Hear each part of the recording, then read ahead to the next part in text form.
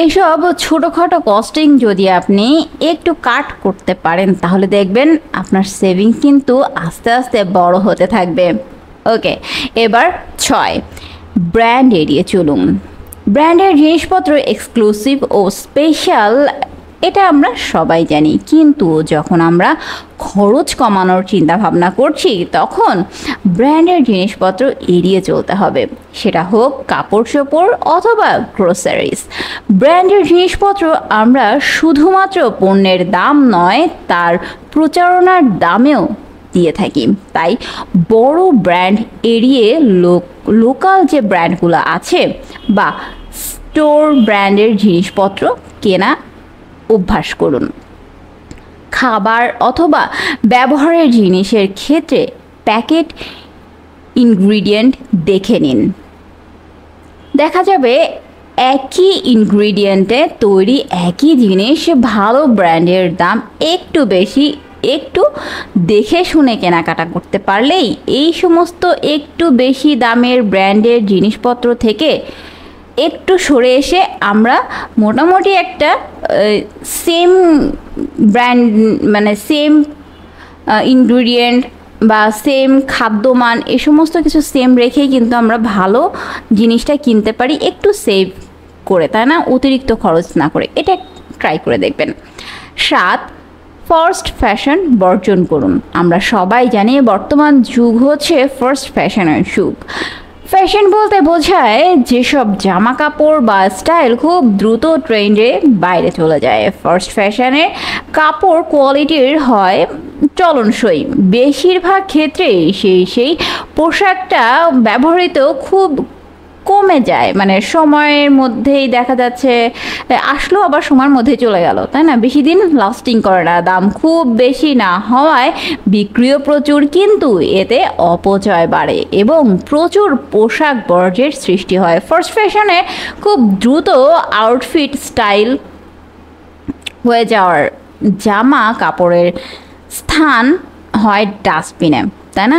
কারণ দেখবেন যখন আপনি একটা ড্রেস কিনবেন, কিনতে না কিনতে দেখবেন ওটার হয়ে যায়, কি বলে, ফ্যাশনটা চলে যায়, ওই ড্রেসের ফ্যাশনটা চলে যায়। তখন কি হয়, ওই ড্রেসটা পরতে ইচ্ছে করে না, তখন তার জায়গা কোথায় হয়, ডাস্টবিনে। এবং খুব ঘন ঘন নতুন স্টাইল পারচেস করার কারণে টাকার খরচ হয় প্রচুর পরিমাণে, সুতরাং খরচটা কিন্তু বেড়ে যায়। এছাড়াও একটি পরিবেশ যখন এই দ্রুত ফার্স্ট যে ফ্যাশন, এটার কারণে কি হয়, এই পরিবেশে বিভিন্ন ধরনের বর্জ্য, অর্থাৎ এই গার্মেন্টসের যে গার্মেন্টসের বর্জ্য বেশি হয়, তাই না, দূষণ বেশি হয়। একটা ড্রেস বানাইতে তো অনেক কিছুই প্রয়োজন হয়, তো এই ড্রেসগুলো অতিরিক্ত বানানোর জন্য আমাদের কি হয়, গার্মেন্টসের যে বর্জ্য, সেই গার্মেন্টসের বর্জ্যগুলোও অতিরিক্ত হয়, ফলে কি হয়, পরিবেশটাও কিন্তু ক্ষতিকর হয়। পোশাক উৎপাদনের প্রচুর পরিমাণে প্রাকৃতিক সম্পদ যেমন গ্যাস, জ্বালানি, এই যে এইগুলোর কথাই ধরলাম, তো এগুলো ইত্যাদি ব্যবহারের ফলে কি হচ্ছে, আমাদের কিন্তু পরিবেশটা দূষিত হচ্ছে। তাই সম্পদও আমাদের বাঁচাতে হবে, আর পাশাপাশি আমাদেরকে কি করতে হবে, নিজেদের অর্থকেও বাঁচাতে হবে। এরপর লোকাল সোর্সিং করতে শিখুন।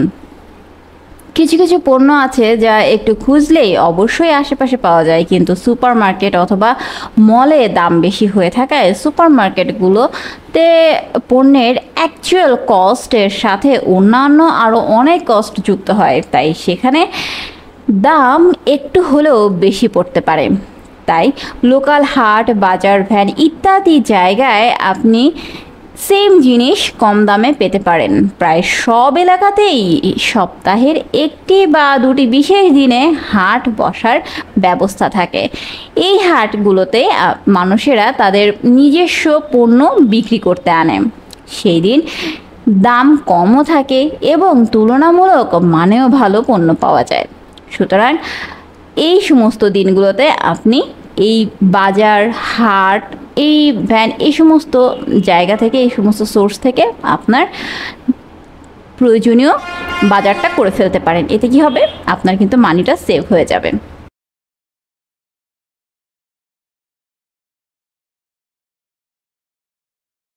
9, বাইরের খাবার কমিয়ে দিন। আমরা অনেক সময় রান্না করার ঝামেলা এগুলো এড়াতে অথবা বাইরে থাকার সুযোগের অভাবে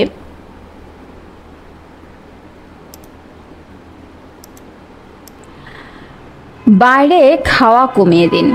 আমরা অনেক সময় রান্না করার ঝামেলা এড়াতে অথবা বাইরে থাকায় সুযোগের অভাবে বাইরে ও রেস্টুরেন্টে খেয়ে থাকি। রেস্টুরেন্টে খাওয়াটা বেশ খরচসাধ্য, সেটা আমরা সবাই জানি, তাই না? বেশিরভাগ সময় দেখবেন রেস্টুরেন্টের খাবার কম খরচে, কম উপাদানে। কি অবস্থা আমার! বেশিরভাগ সময় রেস্টুরেন্টের খাবার কম খরচে, কম উপাদানে বাসাতেই বানানো যায় এবং তা রেস্টুরেন্টের খাবারের চাইতেও স্বাস্থ্যসম্মত হয় এবং স্বাদেও গুণে মানে রেস্টুরেন্টের খাবারের চাইতে একেবারে কোনো অংশে কম নয়। তাই বাইরের খাবার কমিয়ে যথাসাধ্য চেষ্টা করুন বাসাতেই রান্না করে খেতে। 10. টুকটাক রিপেয়ার শিখে নিন। ছোটোখাটো ইলেকট্রনিক বা মেকানিক জিনিসপত্র প্রায়ই বিগড়ে গেলে আমরা ফেলে দিই। নিজেই যদি শিখে নিতে পারেন টুকটাক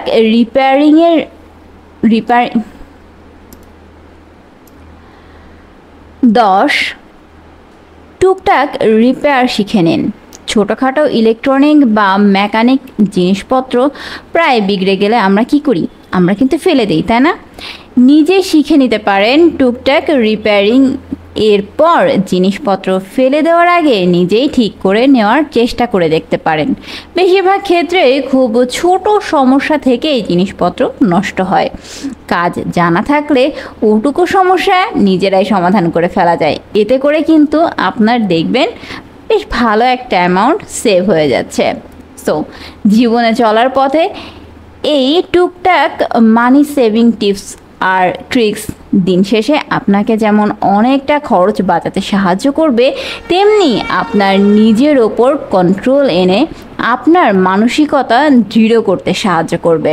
এই অভ্যাসগুলো অপ্রয়োজনীয় খরচ কমাতে আপনাকে সাহায্য করবে, যাতে আপনি টাকা জমাতে পারেন এবং নিজের বড় কোনো লক্ষ্য পূরণ করতে খুব সহজ হয় আপনার। সো আজকে এই পর্যন্তই রাখছি, দেখা হচ্ছে নেক্সট ভিডিওতে। আর আমাদের এই ভিডিওগুলো কতটা আপনারা উপকৃত হচ্ছেন এই ভিডিওগুলোর জন্য অবশ্যই কমেন্ট বক্সে জানাবেন। আপনাদের এক একটা কমেন্ট আমাদের জন্য ইন্সপায়ার। আশা করছি আপনারা অনেক উপকৃত হচ্ছেন বা হতে যাচ্ছেন। তো সেই কামনা করে আজকের ভিডিও এখানে শেষ করছি। আল্লাহ হাফেজ।